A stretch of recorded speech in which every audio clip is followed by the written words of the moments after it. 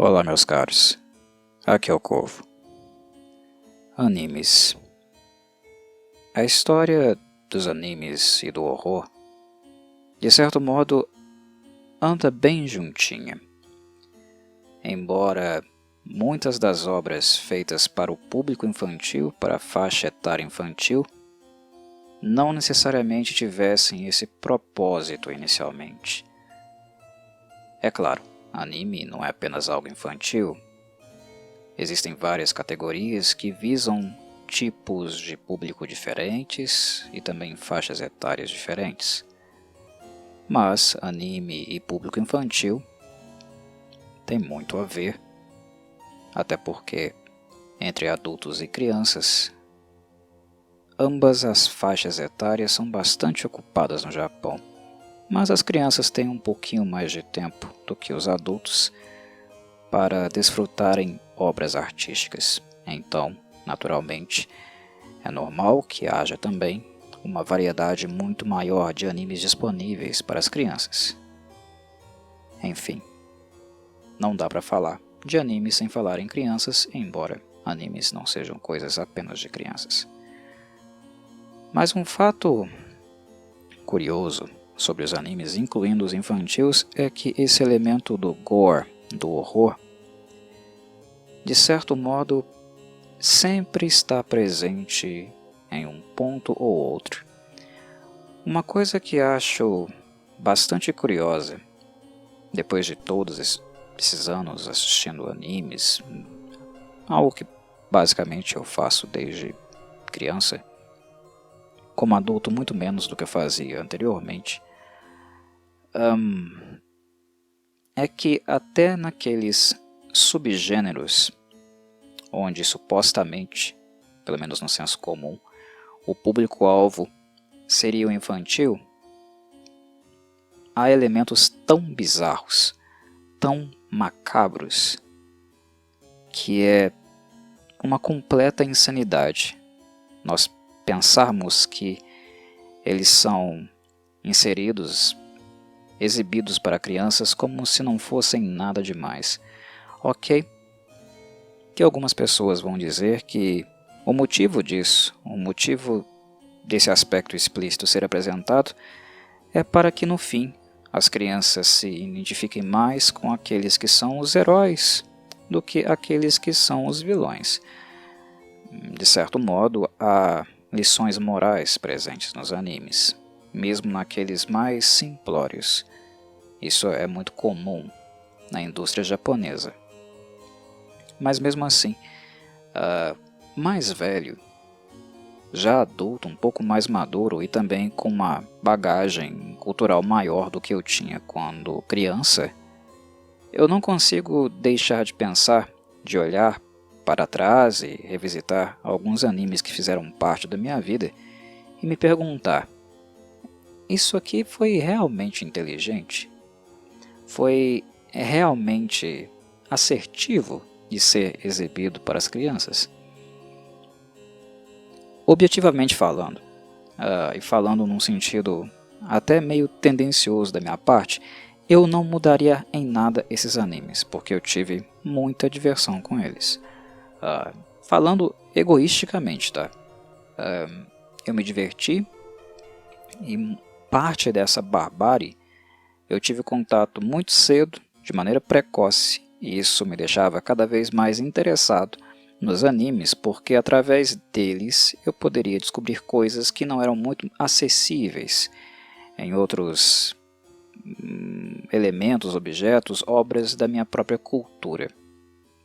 Então eu não estou aqui reclamando, eu não mudaria em nada a minha experiência. O que eu estou questionando de fato é se é realmente algo inteligente, se é algo que realmente faz bem ser apresentado para crianças em faixas etárias muito pequenas. Estamos falando aqui de Saint Seiya. Como vocês devem ter notado, eu vou falar do Máscara da Morte aqui. Saint Seiya, Cavaleiro do Zodíaco. Um anime que pegou uma variedade grande de faixas etárias, incluindo de crianças muito jovens, muito pequenininhas. Estou falando de crianças com 4, 5, 6, 7 anos, né? Crianças que ainda não têm um aparelho psíquico formado e muitas vezes também não tem pai e mãe ali do lado para poder conversar sobre algumas coisas, né? É claro, um anime como Saint Seiya não formará crianças inadequadas, de comportamento inadequado. Pode aparecer um caso aqui e acolá, óbvio, sempre tem. Mas digamos que essa não é a maioria, né? São casos que destoam justamente porque tais crianças não têm um acompanhamento dos pais, uma educação adequada, às vezes o ambiente familiar é um ambiente violento, né? Então a culpa não é necessariamente do anime e do horror que foi apresentado pelo anime. É mais fruto de... é um sintoma de outras questões relativas ao ambiente familiar que não é lá essas coisas, né? Então não cabe culpabilizar os animes. E também, já puxando um pouco, pegando um pouco nesse ponto, não deixa também de ser notório como o nível de agressividade e aspectos do horror, da violência, da barbárie presentes em alguns animes serviram como uma espécie de analgésico, uma forma das crianças projetarem um pouco suas frustrações e também seus medos, anseios e até mesmo raiva, né, ressentimento. Então, a obra em si ela pode ter repercussões negativas, mas depende muito, né, da maneira como o jovem menino, jovem menina assimila essas coisas. A maneira como é conduzida e como ela transforma isso, né, suas fantasias no seu cotidiano. Cavaleiros do Zodíaco ensina muita coisa positiva. Mas algumas coisas que estão no seu arcabouço eu acredito serem questionáveis, muito questionáveis, de serem colocadas ali. Poderia ter, digamos, uma ligeira suavização, já que a faixa etária indicativa do anime não era muito grande. Saint Seiya não é para o público adulto, embora nós, adultos que crescemos com o anime, o vejamos de maneira nostálgica, tenhamos ótimas memórias e muito carinho pela obra, né? Mas a faixa indicativa sempre foi baixa. O que eu estou me referindo aqui em relação ao Saint Seiya é algo que era, é e provavelmente vai continuar sendo muito frequente em um gênero chamado shounen. É interessante como, nesse gênero específico, há uma certa banalização da violência. Os japoneses são um pouco, desculpem o termo, mas um pouco porra louca, né? Eu me lembro de alguns shonens, bem antigos, com um alto nível de grafismo, violência absurda. Saint Seiya é um bom exemplo, mas tem uma imensidade, uma variedade muito grande de animes, de shonens com níveis de violência muito grande. E a representação dessa violência, às vezes, ela ultrapassa aquele nível do óbvio. Ver os cavaleiros se perfurando, estourando uns aos outros, todos com os ossos quebrados, né? Feridas gigantescas, saindo sangue, né? O Shiryu enfiando os dedos nos próprios olhos para se cegar.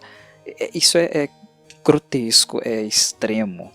Quando nós, agora adultos, né, olhamos para o passado e revemos essas cenas com um pouco mais de educação, formação e maturidade, né? É extremo, mas tem algumas coisas que são mais sutis, que em termos de barbárie, do macabro, eu acredito que sejam ainda mais extremas, de cenas que eu diria óbvias, de personagens jorrando sangue. Máscara da Morte, as cenas da Casa de Câncer, para mim são um exemplo clássico, muito marcante, simbólico. Eu acho que ilustra muito o que eu estou dizendo. Porque o nível de grafismo não é tão absurdo, embora seja pesado. Mas,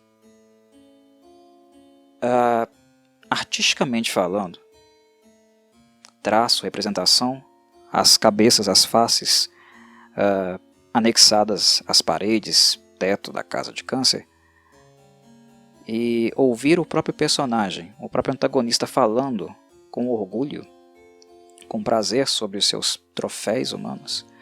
Caramba, isso é extremamente macabro. E é interessante que essa percepção nós temos apenas depois de aprender um pouco mais sobre essa própria violência que está ali sendo exibida para nós. Quando nós éramos de fato crianças e assistíamos os episódios, nós não tínhamos dimensão real do que aquilo realmente representava. E talvez os horrores em nós despertos, potencialmente despertos, não poderiam se materializar em virtude disso. Nós não tínhamos dimensão do que é isso. E crescendo, recebendo uma educação, lendo sobre casos reais, né, de pessoas exterminadas, incluindo crianças, né, inclusive aquelas que o Máscara da Morte matou, tem essa representação na casa de câncer. Quando nós lemos, sabemos de experiências como Auschwitz, as coisas que o Mengele fazia lá. Lemos sobre guerras, vemos documentários, fome. Aí a gente tem uma dimensão maior do quanto aquilo era horrível, de como Máscara da Morte era um personagem horrível, e o nível de horripilância que tudo na casa de câncer, tô com saga na cabeça, vou falar sobre ele aqui ainda. Mas a gente se dá conta do nível de horror, de terror, do absurdo que a casa de câncer é, e o que Máscara da Morte também representa naquele lugar, e a responsabilidade que ele tem por essas coisas que ele fez. É claro que aquilo para uma criança é bizarro, para mim foi bizarro ver aquelas coisas, mas o nível de tratamento, a nossa relação com a obra, ela é lúdica. Ela não tem um impacto que tem em um adulto assistindo às mesmas cenas, com o nível de consciência e educação. Não tem o mesmo impacto. É difícil uma criança, se identificar com o Máscara da Morte, a não ser aquelas que possivelmente, né, fossem do signo de câncer, né? É o cavaleiro delas. Mas as crianças não se identificavam com o espírito maligno, né, de Máscara da Morte. Elas podiam interpretá-lo nas brincadeiras, fazer seus golpes, mas é uma relação mais de identificação com o signo, com a representação. Esse aqui é o meu cavaleiro, do que propriamente com os atos, com a mentalidade de Máscara da Morte, porque ele é tão mau, ele é tão perverso, que as crianças, com sua inocência, não eram capazes de compreender o quanto. Entendem? O quanto Máscara da Morte é abominável. E é curioso isso, né? Bem, antes de continuar, isso aqui, obviamente, é um Corvo Cuts. Então, vamos à cena. A Toei me deixou passar várias cenas do episódio aqui. Claro, ela vai monetizar o vídeo para ela, mas ela teve a cortesia de permitir que eu exibisse ele aqui. Então, vamos ver a cena e depois eu volto para alguns comentários adicionais. Espere um pouco, Seiya. O que foi, Shiryu? Eu pisei em alguma coisa esquisita. Dá uma olhada, Seiya. Hã? O que é isso? É a cabeça de um homem? O quê? A cabeça de um homem? O que você quer dizer? A cabeça de um homem está saindo do chão? Isso é impossível. Shiryu, não é a única. O chão está cheio de cabeças. E não é apenas o chão. Também tem na parede e no teto. Existem inúmeras cabeças por toda parte. A casa de câncer está repleta de cabeças mortas, Shiryu. Eu matei todos eles. Suas almas não podem descansar em paz e ainda continuam vagando pela casa de câncer que eu vigio. É fácil ver isso quando vocês olham para seus rostos suplicantes. Eles ainda sofrem terrivelmente mesmo após suas mortes.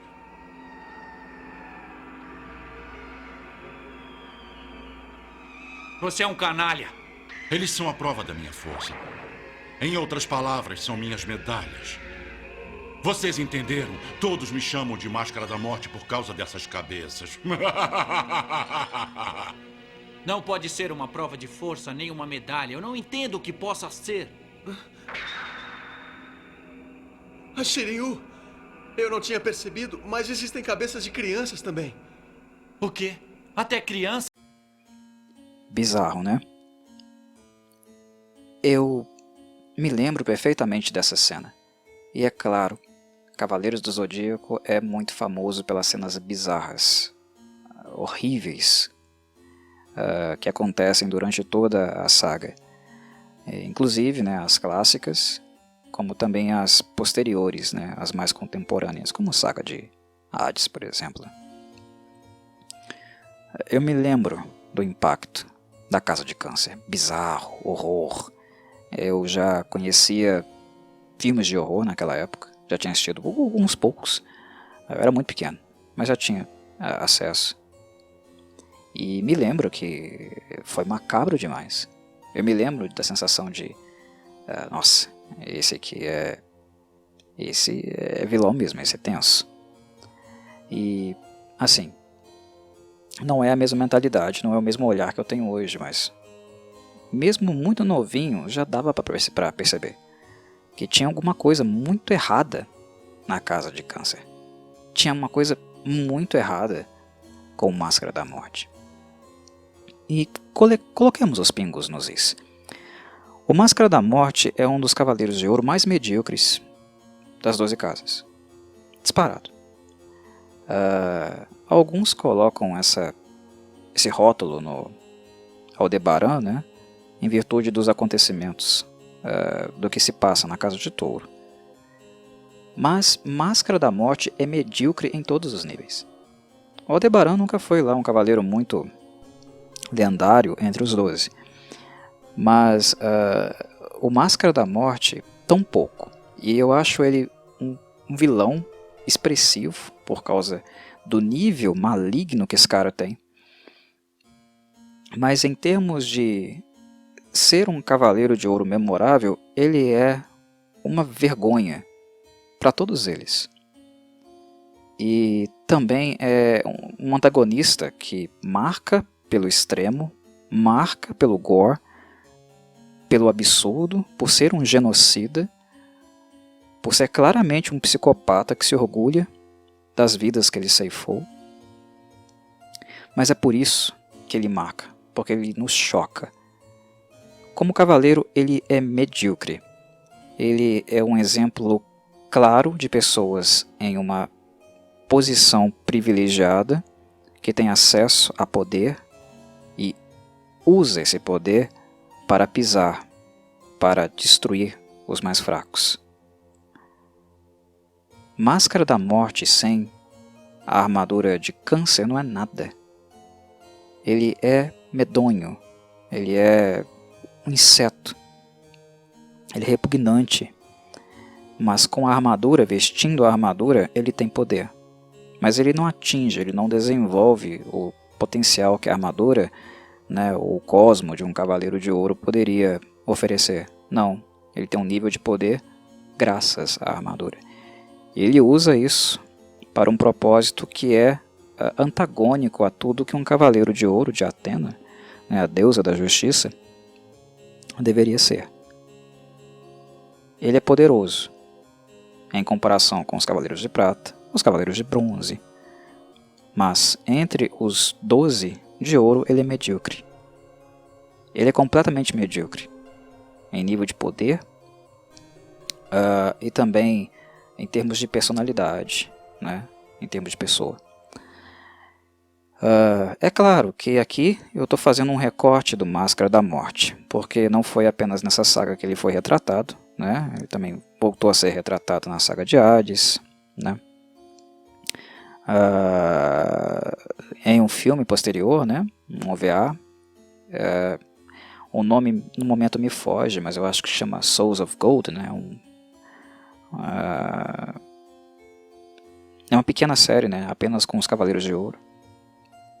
Enfim, ele se redimiu, né? Criaram uma historinha para o Máscara da Morte, a personalidade dele mudou, tem todas essas questões, né?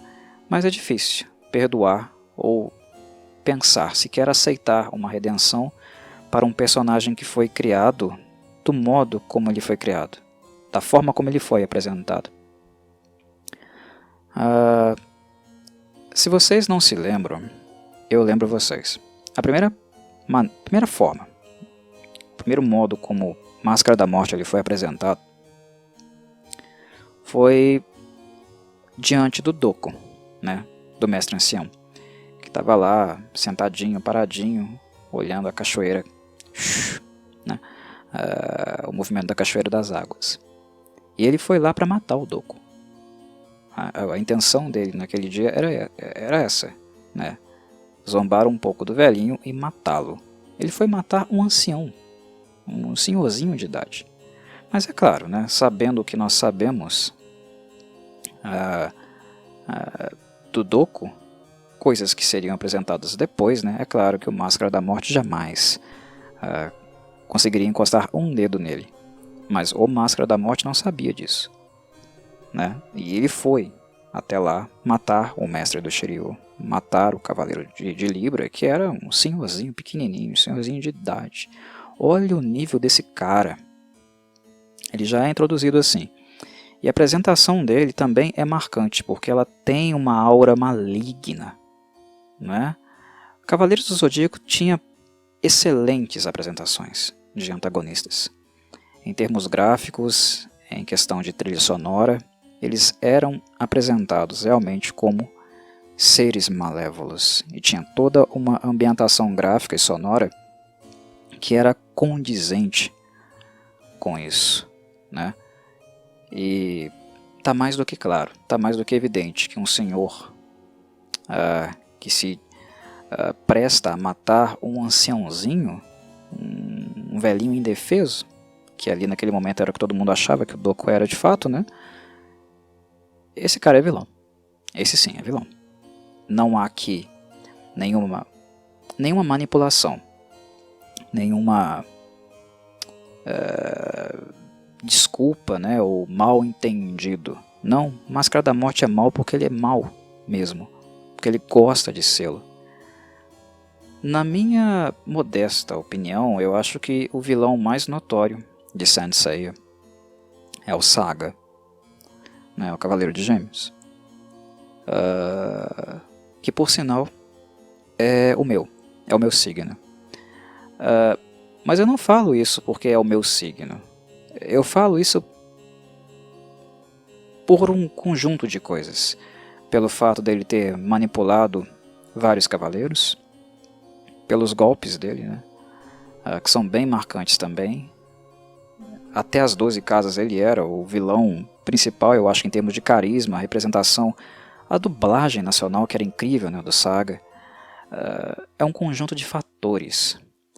Mas uma coisa que o Saga tem, que é intrínseco a ele, é o fato da armadura de Gêmeos ser uma armadura bipolar.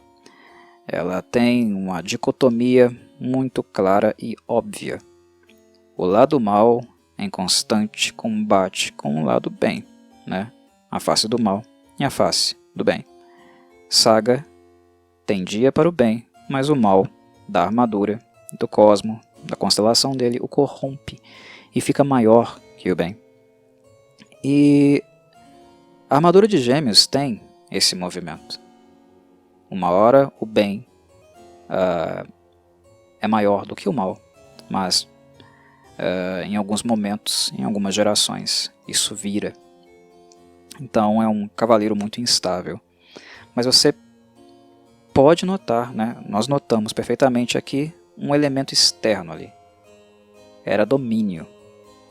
Era como um efeito de enfeitiçar, um efeito psíquico. O Saga era conflituoso consigo mesmo. O mal prevaleceu, mas havia algo de bom tentando revidar. Então, não é um mal autêntico. Tem aqui um elemento sobrenatural influindo, um efeito, né, um poder influindo na mentalidade dele, na personalidade dele. O Máscara da Morte, perto do Saga, é uma barata em termos de poder, né, de inteligência, de manipulação. Uma barata. Mas quando eu coloco em perspectiva um vilão realmente inescrupuloso, mal mesmo, mal porque é mal, sem desculpa, né? Não tem elemento externo agindo, não tem ninguém ou feitiço, nada fazendo com que aquele ser seja maligno por natureza. Quem é esse cara? Para mim sempre foi o Máscara da Morte. Ele é o notório 100% psicopata do Saint Seiya. Pelo menos eu nunca tive uma percepção de outro cavaleiro que fosse tão cruel. Tão cruel, desculpem um termo, desgraçado, igual o Máscara da Morte. Para mim é evidente. Houve outros vilões, né, clássicos, né, boss da bagaça inteira. Né. A Hilda de Polaris foi manipulada por Poseidon. Né, mas é manipulação, é feitiço. É um clichê, né, em Cavaleiros do Zodíaco. O Julian, né, o Poseidon, por sua vez, foi desperto antes do tempo, por Hades, se eu me lembro bem da história. Então há um elemento externo ali também dando uma empurrada, né, fazendo uma forcinha ali para que haja contenda, haja conflito, né, que haja violência. É como se cordas de marionete atuassem nos bastidores. Com Máscara da Morte, ninguém está controlando ele. Máscara da Morte sabe o que o Saga é, sabe o que o Saga faz. Ele está totalmente extasiante com o fato do mestre do santuário ser o que é e finalmente ele poder fazer o que sempre quis fazer como Cavaleiro de Ouro: matar pessoas inocentes, torturá-las, escravizá-las e não deixar, como vocês viram no vídeo, suas almas descansarem. Olha que FDP. Ele é mau. Ele é mau muito, mas ele é muito mau. Ele é absurdamente maligno. Maligno a ponto de, para mim, na minha análise, protagonizar uma das cenas de horror mais absurdas, mais medonhas de toda a franquia. Uma franquia que, volto a repetir, era para o público infantil. É medonho. É insano o que nós vemos aqui. E eu acho que é ainda mais chocante pelos contornos gráficos, pelas representações, porque começou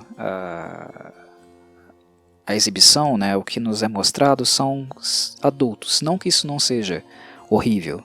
É horrível, muito horrível. Mas no momento que o Seiya olha para as paredes e diz: Shiryu, tem cabeças de crianças aqui também. Caramba! Caramba!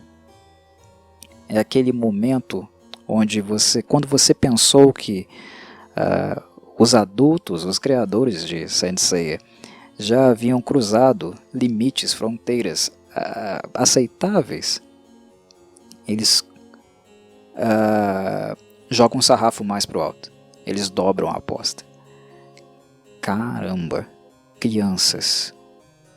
E a desculpa esfarrapada, sem o menor vestígio de culpa, de remorso. Máscara da Morte não tem isso. Ele não sente remorso.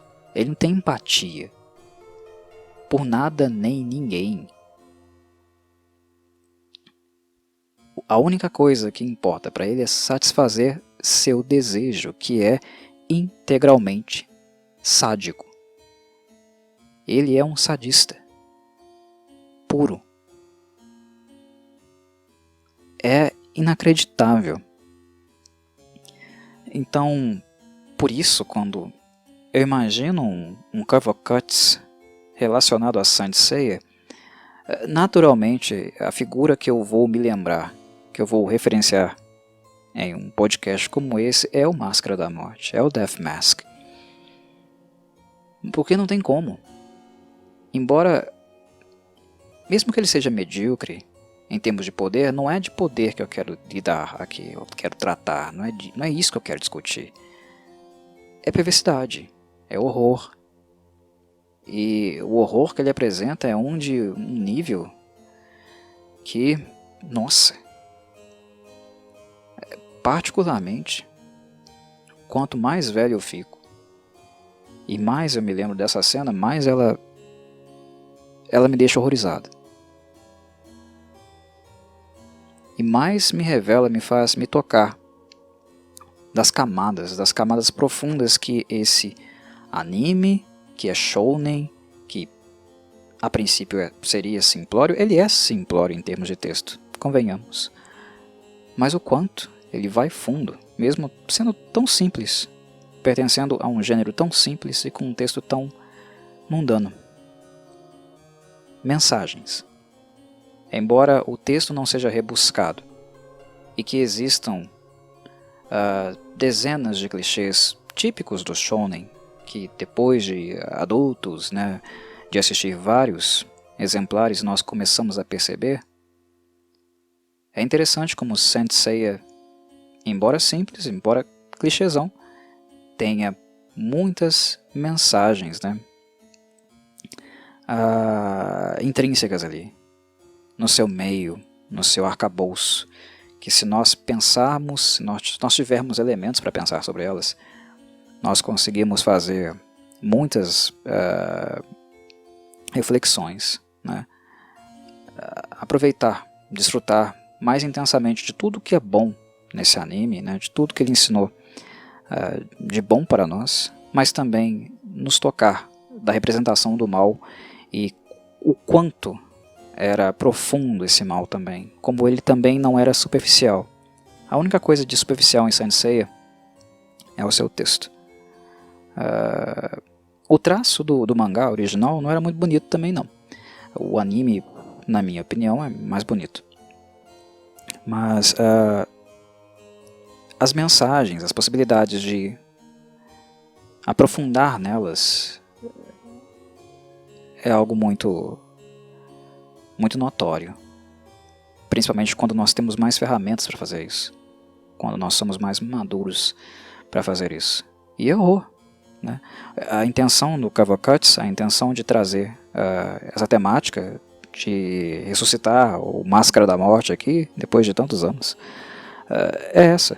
É de demonstrar que em animes que supostamente seriam tão infantis ou destinados para o público infantil, há elementos do horror muito intensos, perturbadores, que nós talvez não tivéssemos maturidade para compreender na época que tivemos nosso primeiro contato, mas que com o passar dos anos isso fica mais e mais evidente. Nós podemos ter uma percepção muito mais clara. Mas é isso. Era isso que eu queria comentar aqui. Era sobre isso, o tema central, aquilo que eu queria discutir. Máscara da Morte é um cavaleiro medíocre, mas dentre os seres malignos que Saint Seiya representou, eu não sei se ele é o pior. Acho que isso pode ser questionado, pode ser discutido, mas devido à representação gráfica, as coisas que ele fazia e a maneira como ele fala do que ele fez, rapaz, olha, pesado, viu? Saudações Corvides.